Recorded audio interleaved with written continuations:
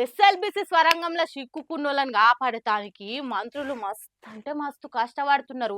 రాత్రనక పగలనక ఆన్నే ఉండి పనులు జరుగుతున్న తీరును ఎంబటుండి చూస్తున్నారు. కానీ ఏందో ఏమో కొంతమంది కండ్లు ఒరుస్తనే లేవు. కావాలనే బట్ట కాల్చి మీదేసే మాటలు మాట్లాడుతున్నారు. అవును, మంత్రి సార్లు ఏ తిరగ పని చేస్తున్నారో చూడుండ్రి.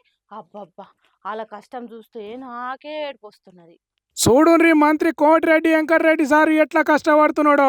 డైనింగ్ టేబుల్ మీద కమ్మటి చేపల పులుసు, కంచంలో చేపల ఫ్రై ముక్కలు అనుకుంటా తినటానికి మస్త్ అంటే మస్తు కష్టపడుతున్నాడు. పోయింది ఎస్ఎల్బిసి స్వరంగంలో చిక్కుకున్నోళ్ళను ఎట్లా కాపాడాలి, వాళ్ళను బయటికి తీసుకొచ్చడానికి ఏం చేయాలి అనే పని మీద.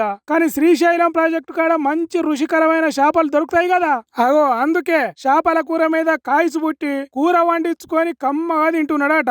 అరే, అక్కడికి పోయింది ఆపదల ఉన్నోళ్లను ఆదుకునేతానికి కదా, మంత్రి సారు ఇంతో కొంత కష్టపడాలి కదా అంటారా?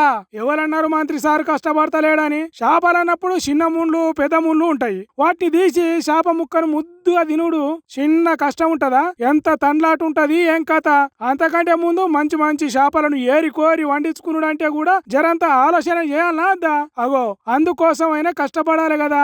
నోట్ల నీళ్లు ఊరేటట్టు ఉండే పులుసు, కరకరలాడే నడిమి ముక్కల ఫ్రై దూరగా ఏంచుకొని తినుడంటే చిన్న కష్టం ఉంటదా అని ట్రోల్ చేస్తున్నారు మంత్రి సార్ను. మరి ఈ ఫోటోల నిజం ఎంతున్నది అనేది మనకు తెలియదు కానీ భలే కష్టపడుతున్నాడు కోమటిరెడ్డి వెంకటరెడ్డి అని ఫోటోలను సోషల్ మీడియాలో తిప్పుడు తిప్పుతున్నారు. ఒకవేళ ఇదే నిజం అయితే మంత్రి సార్ బాగానే కష్టపడుతున్నాడు. ఈ తీరుగా కష్టపడితే లోపల ఇరుక్కున్న వాళ్ళు తొందరగానే బయటికి వస్తారు కదా.